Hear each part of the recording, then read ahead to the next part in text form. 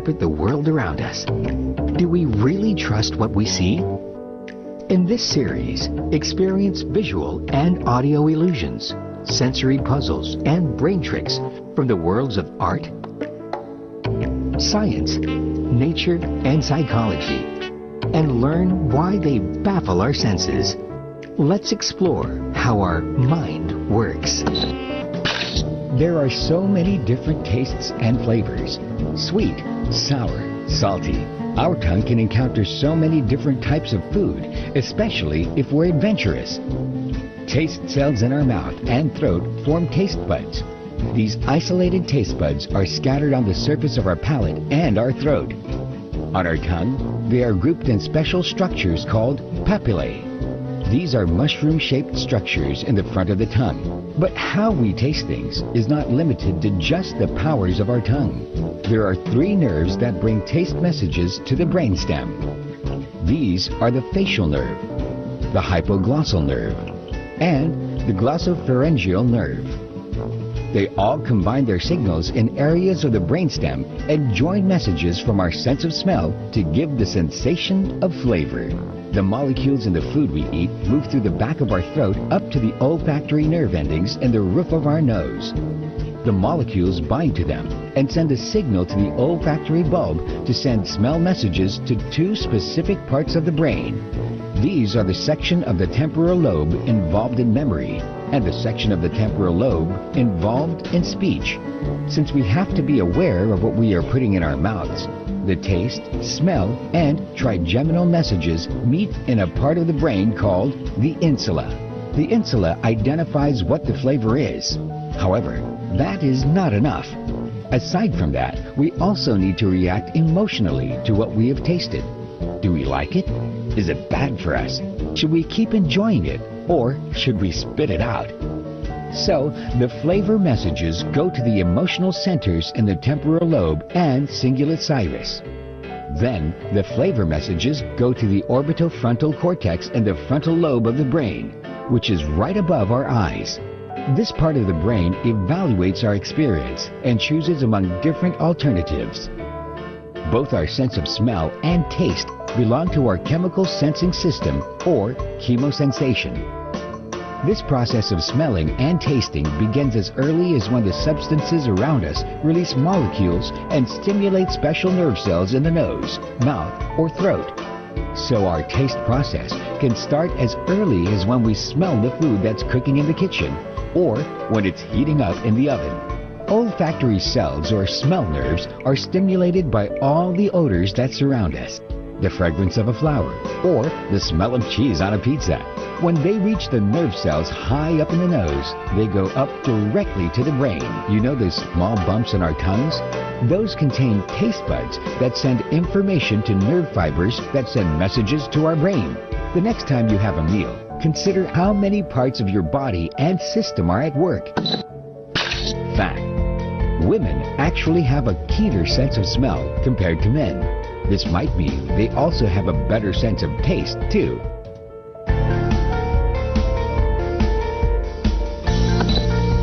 Do we judge the food and drinks we consume before eating and drinking them? Does the way they look affect how delicious or bad they taste? Is it possible that we also taste with our eyes as much as our tongue? Each of our senses allows us different experiences. Our senses interact with each other and send all these bits of information to our brain. When we receive it, our mind interprets it and logs it in our memory. These past experiences can also determine how we react to certain stimuli in the future. The thing is, our senses can also be tricked.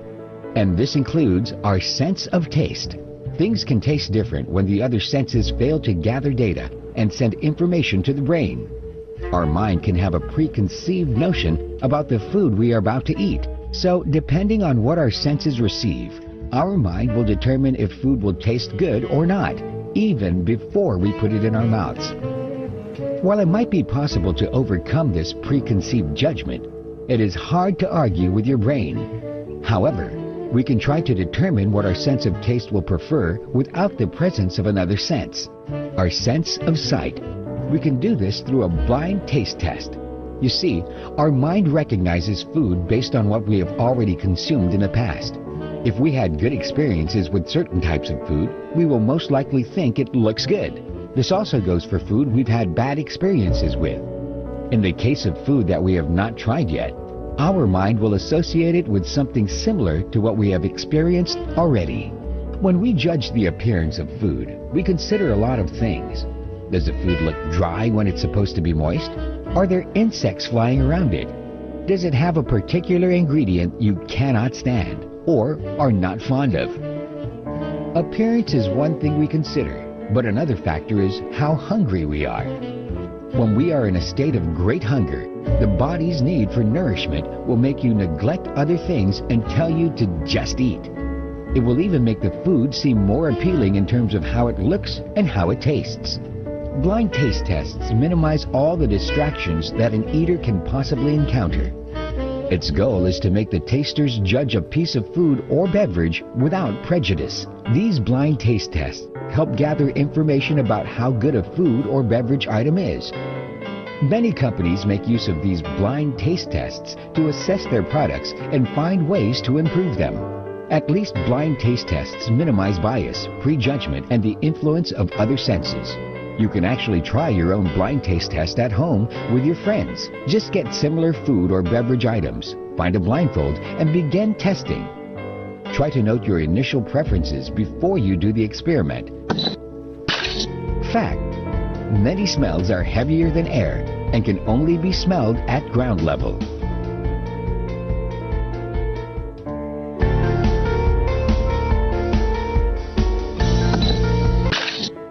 There are many different types of smells that can immediately affect how you feel. The smell of fresh bread from the breakfast oven can give you a feeling of homey comfort, while the stench of a nearby trash can can put you in an irritated mood instantly. From the time we wake up to the time we go to sleep, we encounter so many different scents on a daily basis.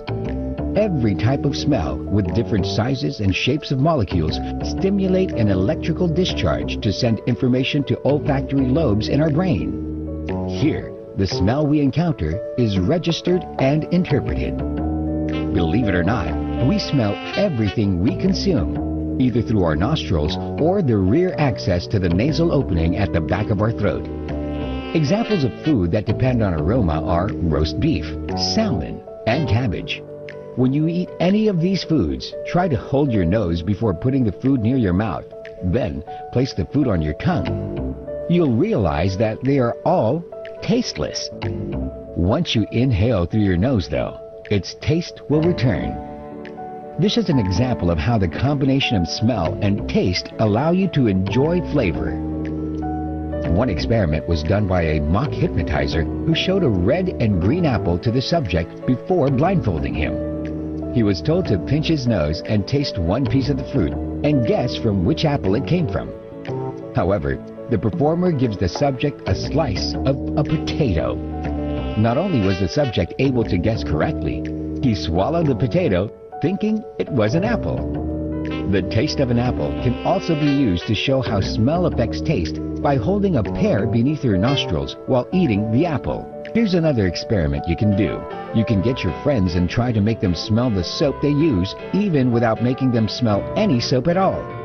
You'll need a bottle of any perfume spray, pieces of paper, and a pencil. Spray some perfume on your index finger so only a very small amount of perfume can be smelled when you take a deep breath.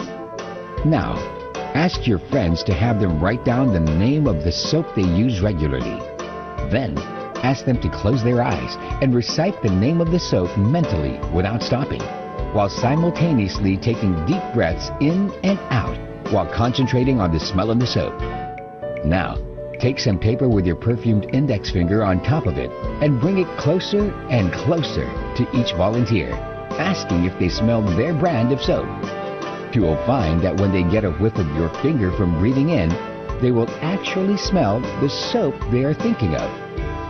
The reason for this is because while they are concentrating on the smell of the soap they use, they will be able to recognize it after smelling any slight aroma. Fact: dogs have 1 million smell cells per nostril, and their smell cells are 100 times larger than humans are.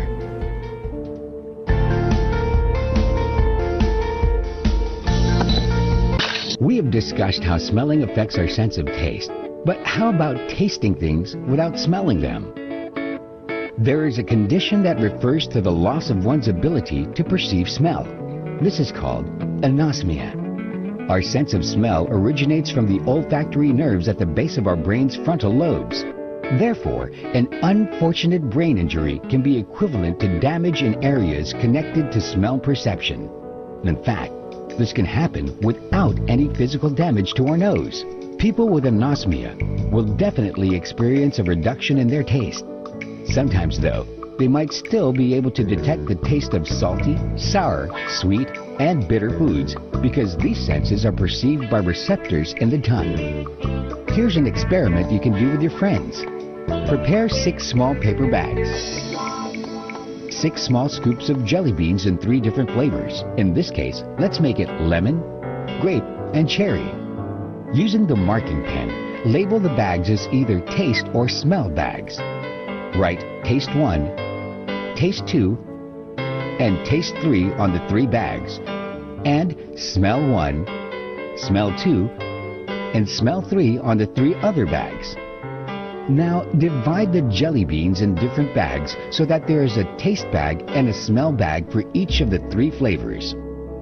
Each bag should have the same flavor, like the Taste 1 and the Smell 1 bags should both have lemon, and so on. Then, crush a few of the small jelly beans so that the odor molecules can escape into the bag. Now, close the bags by folding down the top. As for your friends or subjects, give them a sheet of paper each and tell them to draw a data table with 3 columns and 3 rows. The column should read Smell Only, Taste Only, and Taste and Smell. The 3 rows should be labeled Flavor 1, Flavor 2, and Flavor 3. Now, tell the subject to close their eyes and plug their noses. Choose one of the taste bags and tell each tester to chew on a sample from this bag. Within 5 seconds, ask them to record what they felt the flavor was on their data table. Repeat this again with all the remaining bags. You can also give them a small sip of water in between tasting to help them clear the previous flavors. In case they cannot tell what the flavor is, let them write unknown. You might be surprised how poorly your friends will do on this experiment. They might wonder themselves how difficult it could be to determine the jelly beans' specific tastes. At least you will get to appreciate your sense of smell more, and you might have a newfound appreciation for eating jelly beans too. Fact, we are able to smell better by taking a few short sniffs instead of one long one.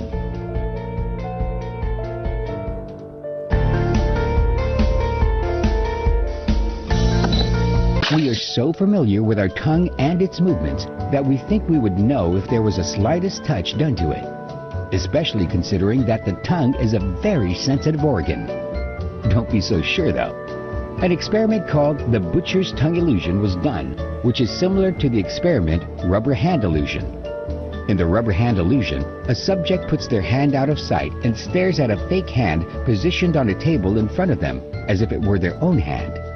If both the fake and hidden hand are stroked in the same way at the same time, the volunteer can be convinced that the fake hand is their real one.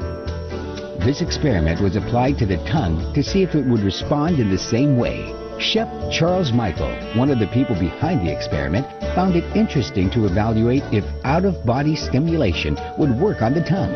In this experiment, a fake tongue from a magic shop was used. Since we are more accustomed to seeing our arms versus our tongue, the researchers were very curious to see the outcome of the experiment. It began by asking participants to stick their tongue out and look into a box. Inside the box was a carefully positioned mirror that showed the fake tongue instead of their own. Then they got a wet cotton bud, and the tip of the participant's tongue and the fake tongue were touched simultaneously 30 times. At this point, the subject thought the tongue they were seeing in the box was theirs because of the sensation they felt when they saw the fake tongue was touched. On the second round of the experiment, sometimes the fake tongue was touched and sometimes it was not. The result? Nearly half the participants thought their tongue was being touched when it wasn't. They all said that they sometimes felt like the tongue they saw was their own. As a finale in the experiment, the researchers brought out a pair of scissors and attempted to cut the fake tongue. This resulted to some screams and laughs from the participants. Another experiment was done by some French researchers by coloring a white wine red with an odorless dye and asking a group of wine experts to describe its taste. The experts described the wine using the usual descriptions for red wine instead of terms they would use for white wine. This means the color of the wine played a huge role in how they perceived the drink. While sight is not technically a factor in tasting, it also influences the perception of the taste. Some scents also come from the mouth, even if there are no cells there that are responsible for detecting scents. This process is called olfactory referral. For instance, the sensation of strawberry depends on the activation of smell sense at the end of the nasal passage. If you hold your nose, you won't notice the strawberry smell. But when you let go, odor molecules travel through the nasal cavity to your smell cells and voila! Strawberry flavor. Fact: humans have insect warning chemicals called pheromones that keep away pesky insects because they don't like how it smells.